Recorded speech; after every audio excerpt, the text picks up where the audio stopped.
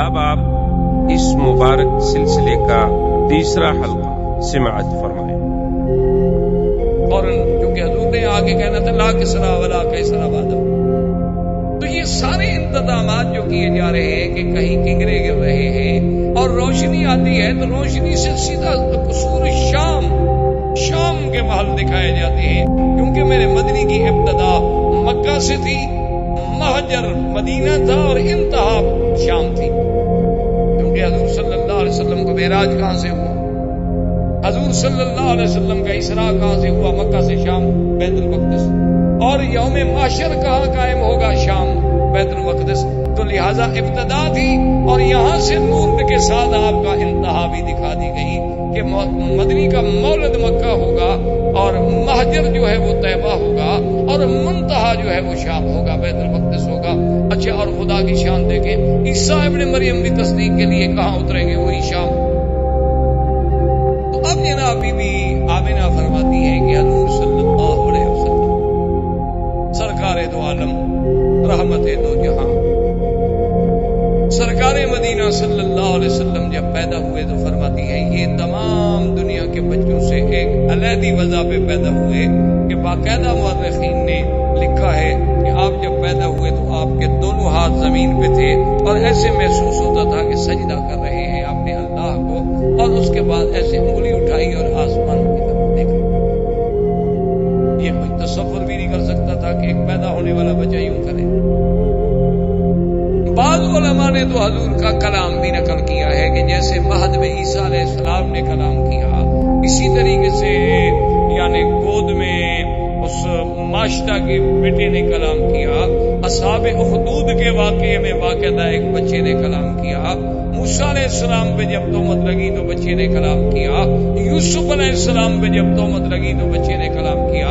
تو بعض علماء نے نقل کیا ہے کہ حضور نے بھی کلام کیا، اور بعض اتنا لکھا ہے کہ پہلا کلام ہی یہ تھا اللہ اکبر کبیرہ والحمد للہ کثیرہ وسبحان اللہ بکرۃ واصیلا۔ اور سیرت پاک کے اس پہلو پہ دیکھیں کہ حضور صلی اللہ علیہ وسلم بھی فرماتی ہے کہ ولد مختونا ومسرورا، کہ حضور جب پیدا ہوئے تو ختنہ ہو چکا تھا، اور حضور جب پیدا ہوئے تو چہرے پہ مسکراہٹ ہے، مسرور ہے، خوشی ہے۔ عبد المطلب کو خبر دی گئی کیونکہ حضور کی پیدائش سے 6 مہینے پہلے ہی آپ کے والد عبداللہ تو فوت ہو گئے۔ اب خدا کی شان دیکھیں کہ والد یوں فوت ہو گئے، پھر بعد میں والدہ فوت ہو گئی، دادا فوت ہو گئے، چاچا فوت ہو گئے، اور حضور صلی اللہ علیہ وسلم کی وہ شان یتیمی جس کو قرآن نے خود ذکر کیا کہ الم یجدک یتیما، لیکن آگے بھی کہہ دیا فآوا، کہ میرا مدنی آپ کو ہم نے یتیم نہیں پایا، پھر ہم نے آپ کو خود تربیت دی، خود حفاظت کی، کیونکہ کوئی یہ تصور نہ کرے کہ یتیم بچے تو عام طور پہ بھٹک جاتے ہیں، ان کو تو کوئی سنبھالنے والا نہیں ہوتا، نہ باپ نہ ماں۔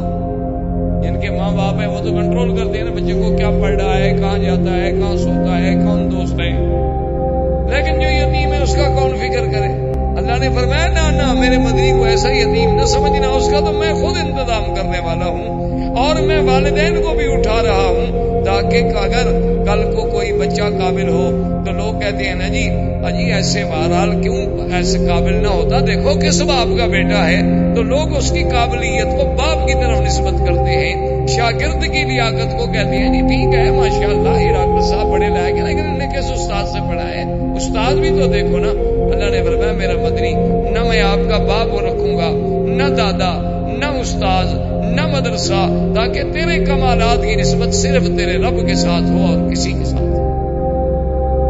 اور کسی سے نسبت کی ہی نہ جا سکے، کوئی یہ نہ کہے کہ جی باپ کی تربیت نے ان کو بنا دیا۔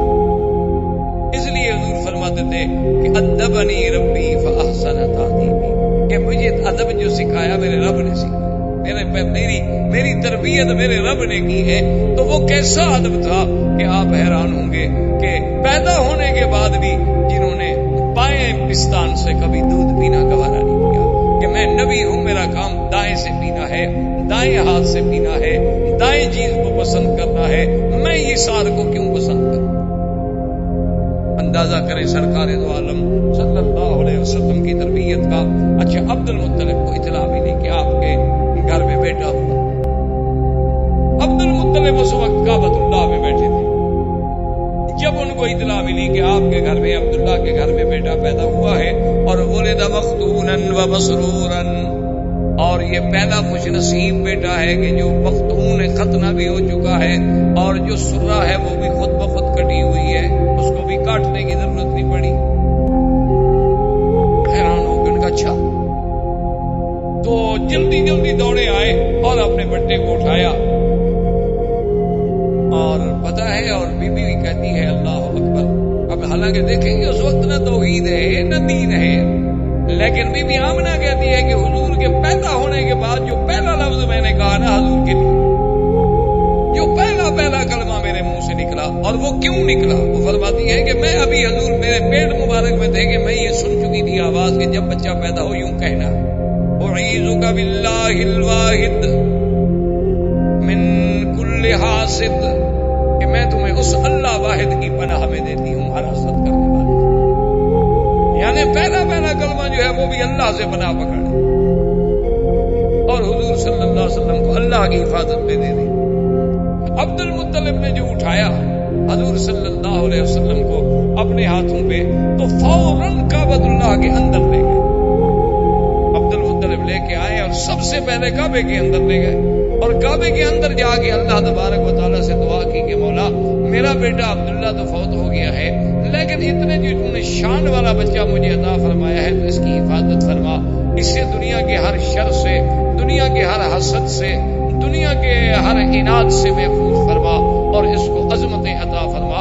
کعبۃ اللہ کے اندر دعا کر کے واپس آئے اور آ کے بی بی آمنہ سے کہا کہ خیال رکھنا، اس کا چہرہ مجھے بتا رہا ہے کہ ان ابنی ھذا لشان، اس میرے بیٹے میں کوئی بات ضرور ہونی ہے، یہ ہے کوئی شان والا بچہ، اور اسمی ہے محمدہ، میں آپ کا نام محمد تجویز کرتا ہوں۔ اور سرزمین عرب میں یہ رواج تھا کہ جب بچہ پیدا ہوتا تھا تو وہ خود دودھ نہیں پلاتی تھی نا، دودھ پلانے کے لیے انہیں دیہاتوں میں بھیجا جاتا، دور بھیجا جاتا تھا شہروں سے، اور انہیں دور رکھا جاتا تھا۔ اس کی وجہ مورخین نے لکھی ہے کہ اصل ایک وجہ تو یہ تھی کہ شہر کی فضا اور جو اور خوراک اتنی صاف نہیں ہوتی جتنی دیہات کی صاف ہوتی، دیہات کی فضا بھی قدرتی بات ہے صاف ہوتی ہے، اور ہوا بھی اور غذا بھی۔ اب بھی دیکھ لیں آپ شہر میں آپ کو وہ نعمت میسر نہیں آ سکتی، جب آپ اپنے علاقوں میں اپنے وطن میں دیہات میں جاتے ہوں گے تو عجیب سی بات ہوتی۔ یعنی آپ مجھے ایک دفعہ میں سفر کر رہا تھا تو ہمارا علاقے کے ساتھ ہی جسے آپ کہتے ہیں نا سہارا، یا آپ کے ہندوستان میں بھی راجستھان کا جیسے علاقہ ہے، وہ اسی طرح ہمارے ساتھ بھی پاکستان میں راجستھان کے سہارا کا علاقہ ہے اور وہ ہمارے ڈسٹرکٹ سے قریب ہے۔ تو وہاں کچھ دوستوں نے انہوں نے کہا کہ حضرت آپ آتے ہیں اور جلسہ، سفر، تقریر، درس، صبح درس، مغرب کو درس، عشاء کو درس، رات کو جلسہ، پھر سفر، تو کم از کم آپ ایک دن 2 دن دیں تاکہ ہم آپ کو یہاں ہرن ورن کا شکار کھلائیں، یہ کریں۔ خیر میں نے کہا 2 دن والی بات تو ہو نہیں سکتی، ایسا کریں گے چلو کبھی اب آپ کے ساتھ شکار کیا ہم نے کھیلنے ہیں تو رات کو آ جائیں گے۔ تو وہاں جب میں گیا تو میں کہنے کا مقصد یہ تھا کہ مجھے اتنی جناب گلے میں تکلیف، نزلہ، زکام، تھکان، اتنی بدن ٹوٹ رہا ہے۔ اب وہاں جا کے یاد آیا کہ بھائی وہ اتفاق سے وہ دوائیوں کا بیگ بھی میں نے ساتھ ہی رکھا، کیا کھاؤں کیا نہ کروں، اب صحرا ہے روئی کا علاقہ، ٹیلوں پہ بیٹھے ہوئے، نہ گھر ہے نہ کچھ ہے۔ تو ان سے میں نے کہا کہ بھائی کیا؟ انہوں نے کہا جی ابھی آپ کا علاج کرتے ہیں۔ وہ جناب گھی لے آئے خالص، اور اس کے انہوں نے کہا کہ جی یہ 2-3 فنجان بھر کے پی جائے۔ میں نے زندگی میں 1 تولا گھی نہیں پیا، پیدا ہونے کے بعد پتہ نہیں ماں شاہ نے کھلا دیا ہو مکھن وکھن تو وہ تو یاد نہیں، اس کے بعد تو مجھے یاد نہیں آتا۔ انہوں نے کہا حضرت آپ پیے؟ انہوں نے کہا اللہ کے بندے گھی پینے سے میرا نظر ٹھیک ہو جائے، میں تو اور مر جاؤں گا۔ انہوں نے کہا جی آپ پیے تو صحیح۔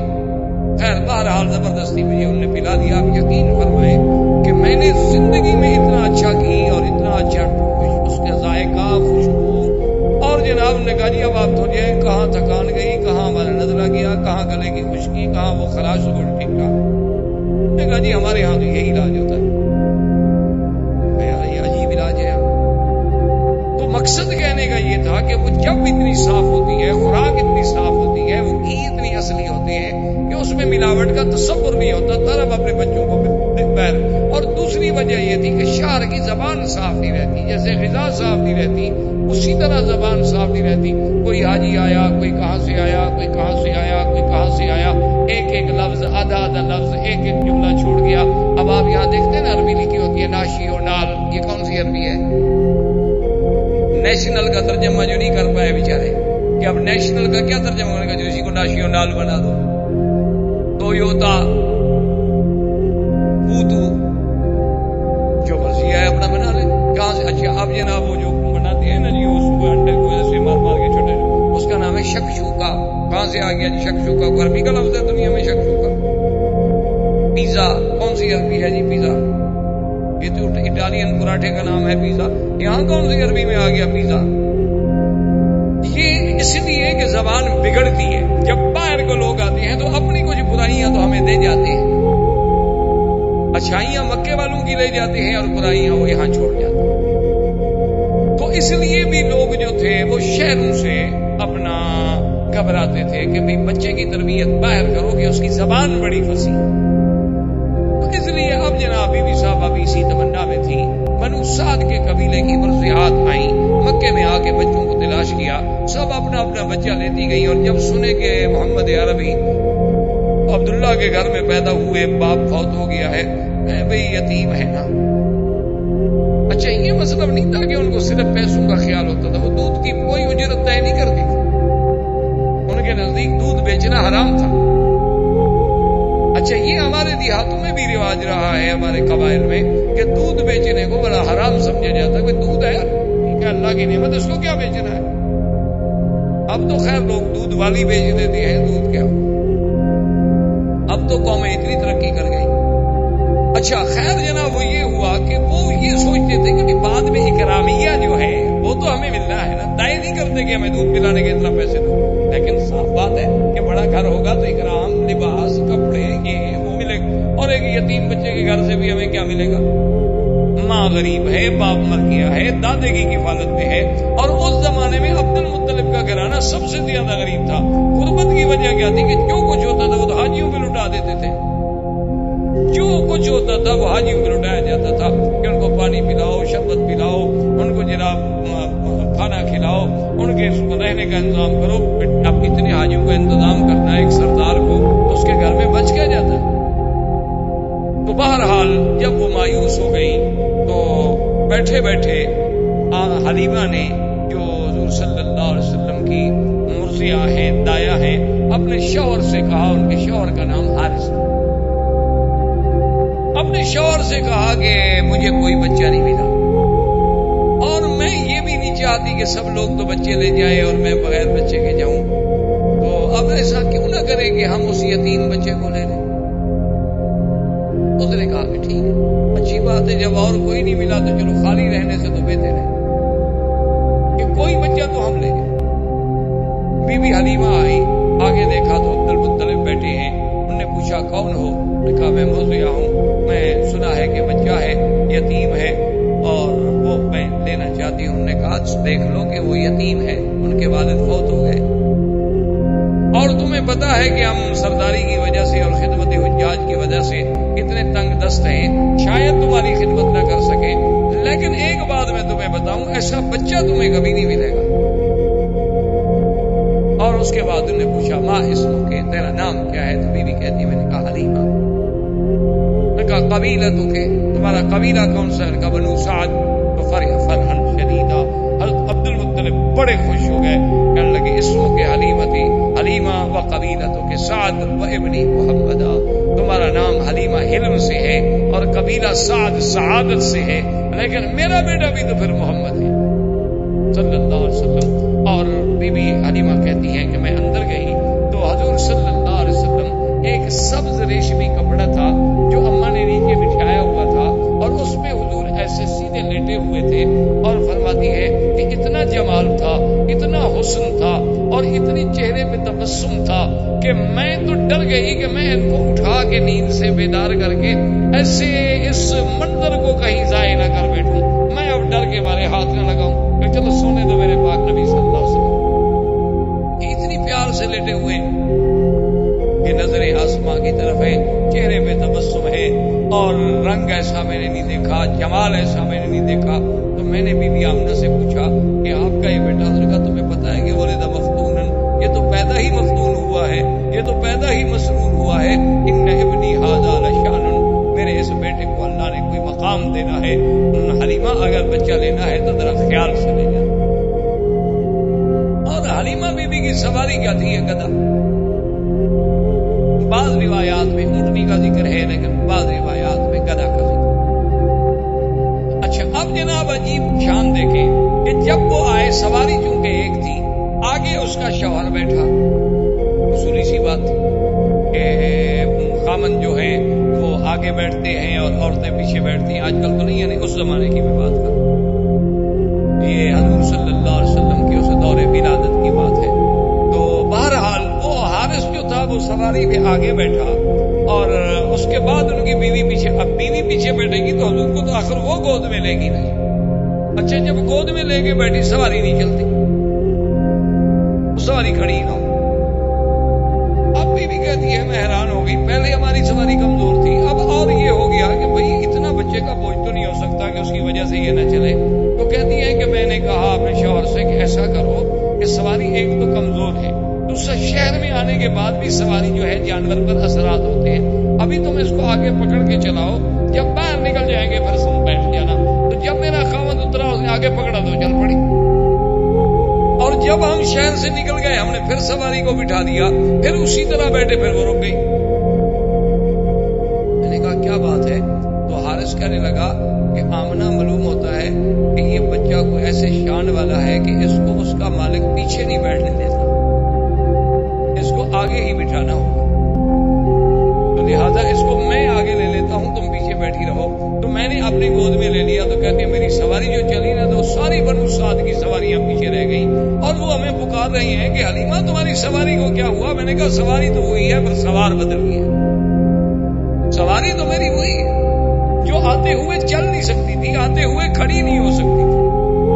اور پھر بی بی حلیمہ کہتی ہے کہ ہمارے علاقے میں غربت کا یہ عالم تھا، پورا علاقہ برباد تھا، اور میری کہتی ہے کمزوری کا یہ عالم تھا کہ میرا ایک بیٹا تھا، اس کو میں دودھ نہیں پلا سکتی تھی، دودھ والا بیٹا تھا، یعنی رضاعت کے دور میں تھا، لیکن اتنا میرا کم دودھ ہوتا تھا کہ سارا دن میرا بیٹا روتا رہتا. بی بی حلیمہ کے بیٹے کا نام عبداللہ تھا جو حضور کا رضائی بھائی.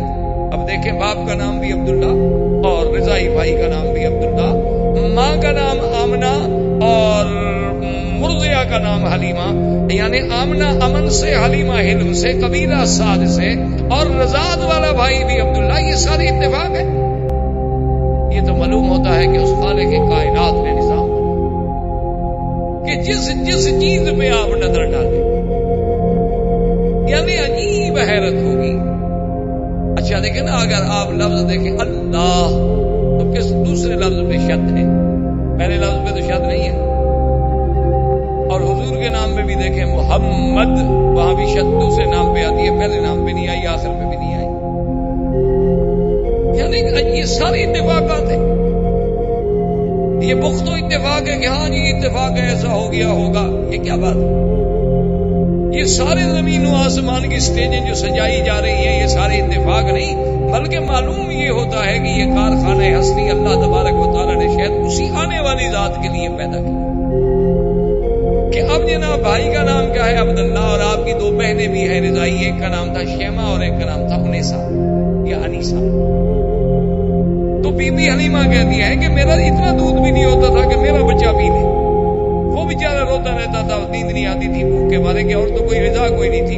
لیکن کہتی ہے جب میں حضور کو لے کے آئی تو کہتی ہے پہلا دن تھا کہ میرے سینے کے دونوں حصے جو ہے دودھ سے بھر گئے، اور حضور پاک نے بھی پیٹ بھر کے دودھ پیا اور میرے بیٹے نے بھی پیٹ بھر کے دودھ پیا، اور دونوں آرام کرتے رہے کہ اللہ نے میرے بدن میں بھی انقلاب، میرے گھر میں بھی انقلاب، اور میری بکریاں شام کو چرنے گئی واپس آئی تو ان کے نت بھرے ہوئے ہیں دودھ سے. ایک ہماری بالکل مریل قسم کی اونٹنی تھی جو اٹھ کے نہیں کھڑی ہو سکتی تھی. تو میرا شوہر دوڑا ہوا آیا، اس نے کہا حلیمہ دیکھا وہ اونٹنی کھڑی ہے اور دودھ اترا ہوا ہے، برتن لاؤ میں دودھ لے کے آؤں، کیونکہ اونٹنی کا دودھ عرب کو بڑا محبوب تھا.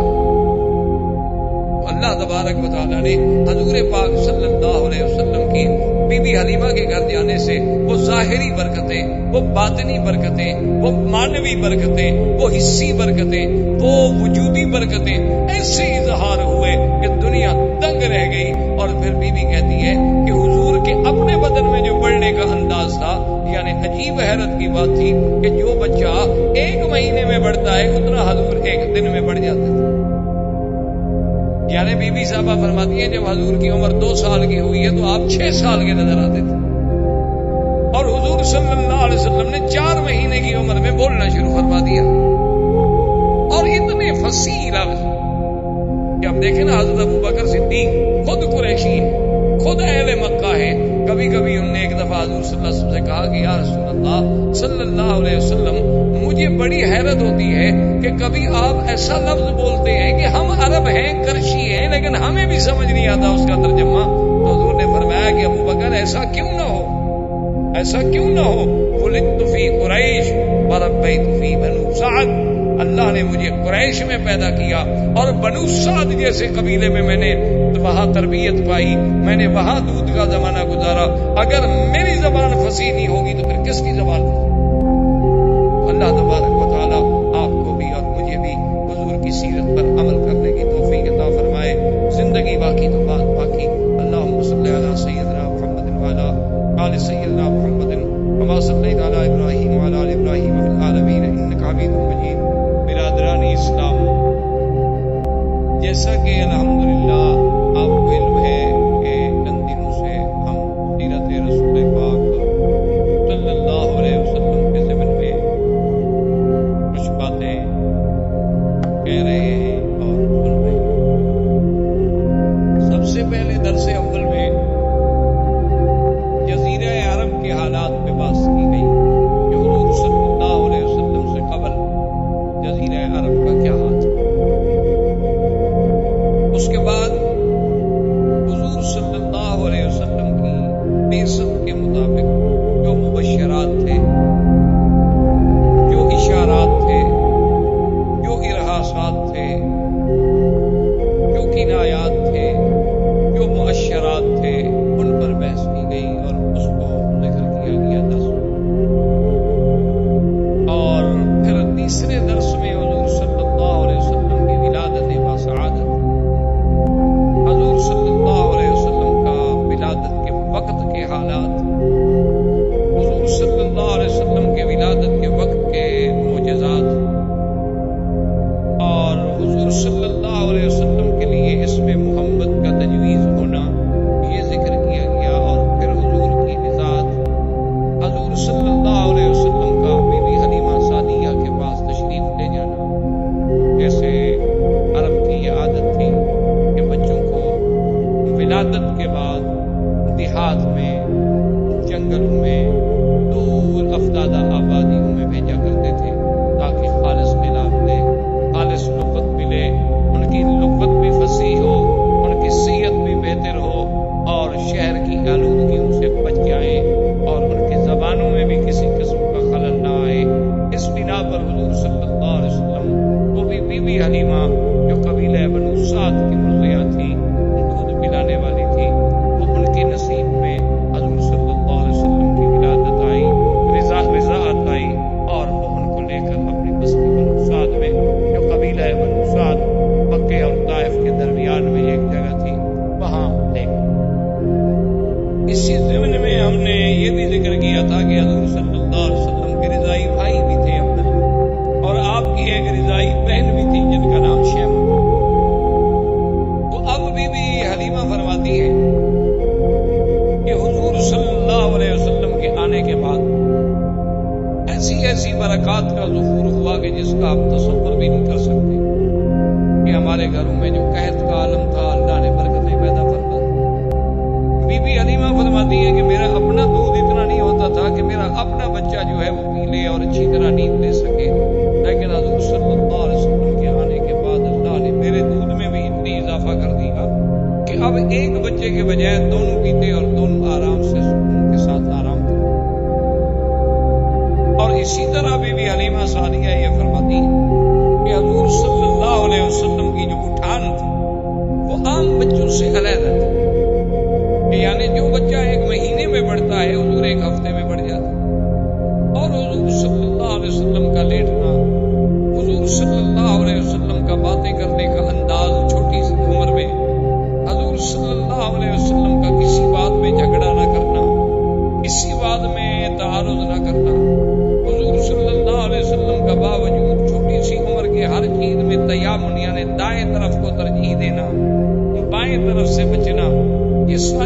ایسی تھیں جو مجھے عجیب نظر آتی، اور میں صرف حیران نہیں تھی بلکہ ہمارا قبیلہ بنو سعد پورے کا پورا حیران تھا کہ یہ کون سا ایسا بچہ آ گیا ہے شان والا کہ جس کی وجہ سے اس علاقے کی کایا اللہ نے پلٹ دی ہے کہ تم نے کانٹوں کو چھوا اور گلستہ کر دیا، کہ جہاں جہاں سے حضور صلی اللہ علیہ وسلم گزرے، جہاں جہاں حضور صلی اللہ علیہ وسلم کے قدم پہنچے، وہ جگہ جو تھی جنت سما ہوتی گئی، جہاں تیرا نقش قدم دیکھتے ہیں، خیابہ خرامہ خرامہ ارم دیکھتے ہیں۔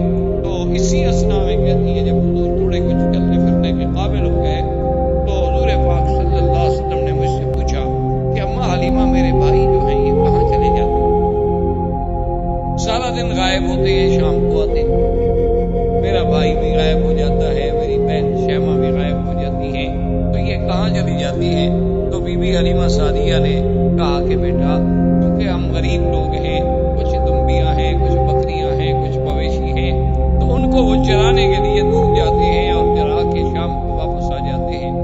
تو فرماتی ہے کہ محمد مصطفیٰ صلی اللہ علیہ وسلم نے فرمایا کہ اماں میں بھی ان کے ساتھ بکریاں چرانے کے لیے جاؤں۔ تو میں نے کہا بیٹا آپ کو تکلیف کرنے کی کیا ضرورت ہے، آپ کو تو ہم اپنے پاس لائے ہیں خدمت کے لیے۔ انہوں نے کہا نہیں، میں یہ نہیں سوچ سکتا کہ میرے بھائی اور بہن ایک عمل کرے، ایک محنت کرے اور میں اس میں شرکت نہ کروں۔ تو حضور صلی اللہ علیہ وسلم کی تشریف لے گئے۔ اسی اسنا میں وہ واقعہ پیش آیا کہ ایک دن آپ کے بھائی عبداللہ اور آپ کی بہن شیمہ جو تھی وہ بھاگتی ہوئی آئیں اپنی اماں کے پاس، اور انہوں نے کہا کہ اماں ہمارا وہ جو قرشی بھائی ہے نا، قد جاء رجلان فقتلہما، دو آدمی آئے انہوں نے ہمارے بھائی کو قتل کیا۔ تو بی بی حلیمہ سعدیہ کہتی ہے کہ میرے تو پاؤں کے نیچے سے زمین نکلی کہ بھئی ہمارے پاس تو وہ قریش کی امانت ہے، اور خدا نہ خاصہ ایسا واقعہ ہو جائے تو پھر ہمیں کہاں قریش معاف کرے۔ تو کہتی ہے کہ میں نے شور مچایا اور میں بھاگی، میرا خامن دوڑے، اس کے بعد ہمارے قریب کے جو رشتے دار تھے وہ دوڑے، اور ہم جب دوڑے پہنچے تو ہم نے دیکھا کہ ایک درخت کے نیچے ایک ٹہنی پکڑ کر سرکار دو عالم سرکار مدینہ صلی اللہ علیہ وسلم کھڑے ہیں۔ آپ کے چہرے مبارک کا رنگ البتہ متغیر، رنگ جو ہے محسوس ایسے ہوتا ہے کہ جیسے رنگ اڑا ہوا۔ تو ہم نے جلدی سے جا کے بی بی حلیمہ نے سینے سے لپٹایا کہ یا حبیبی ویا ولدی، اے میرے بیٹے خدا تجھے ہر دشمن سے محفوظ رکھے، کیا ہو گیا؟ تو دیکھا کوئی ایسی بات نہیں ہے، بات اتنا ہے کہ میں اسے کھڑا تھا، وقت نہ رجلان، ایسے اوپر سے معلوم ہوا کہ دو بندے ہیں اور بڑا سفید لباس انہوں نے پہنا ہوا، اور انہوں نے آ کر مجھے پکڑنے کے بعد مجھے سلا، اور میں سب کچھ دیکھ رہا تھا، اور ایک بڑی دست تھی سونے کی، اور اس دست میں کیا کیا تھا اللہ عالم۔ پھر انہوں نے مجھے لٹانے کے بعد میرے سینے مبارک کو یہاں سے لے کر کھولا، بالکل ناف تک کھولنے کے بعد انہوں نے میرے دل مبارک کو نکالا، اور میں یہ ساری کاروائی دیکھ بھی رہا، یعنی یہ سارا آپریشن، اور پھر دل مبارک کا باہر آ جانا، یعنی آج دنیا جس کو اپنے سرجری کا معراج سمجھتی کہ ہم نے سرجری میں وہ مقام حاصل کر لیا ہے کہ ہم دل کا معاملہ ٹھیک کر لیتے ہیں، بالو بدل لیتے ہیں، بائی پاس ہو جاتا ہے، دل کو باہر نکال لیتے ہیں، دل کو سیف رکھنے کے لیے اندر ایک مشین فٹ کر دیتے ہیں، متبادل دل لگانے کی باتیں اور سب ہو، لیکن آپ اندازہ کریں کہ 1400 سال پہلے جبکہ کوئی وسائل نہیں، کوئی ہسپتال نہیں، کوئی آپریشن تھیٹر نہیں، کوئی انتظامات نہیں، تو یہ تو آپریشن جو ہے نوری مخلوق کر رہی ہے اور الہی حکم سے ہو رہا ہے کہ آپریشن کرنے والے بھی کون ہیں؟ اللہ کے فرشتے ہیں، ملک ہیں، جبرائیل و میکائیل ہیں، اور جس ذات کا آپریشن کیا جا رہا ہے وہ کون ہے؟ محمد رسول اللہ صلی اللہ علیہ وسلم۔ تو کہتے ہیں کہ حضور صلی اللہ علیہ وسلم، اور کمال یہ ہے کہ آپ کی کوئی بے ہوشی نہیں، آپ کو کسی دوائی سے کسی چیز سے اتنا زیر اثر نہیں کیا گیا کہ آپ بے ہوش ہو جائیں، کہ اتنا بڑا سینے کا چیر دینا، اتنا بڑا کھول دینا، پھر دل مبارک کا نکالنا، نکال کے باہر دھونا، اور سب سے بڑی بات یہ ہے کہ حدیث مبارک میں یہ بھی آتا ہے کہ اس دل میں کوئی چھوٹا سا ایک ٹکڑا تھا، وہ بھی نکال کے انہوں نے باہر پھینک دیا،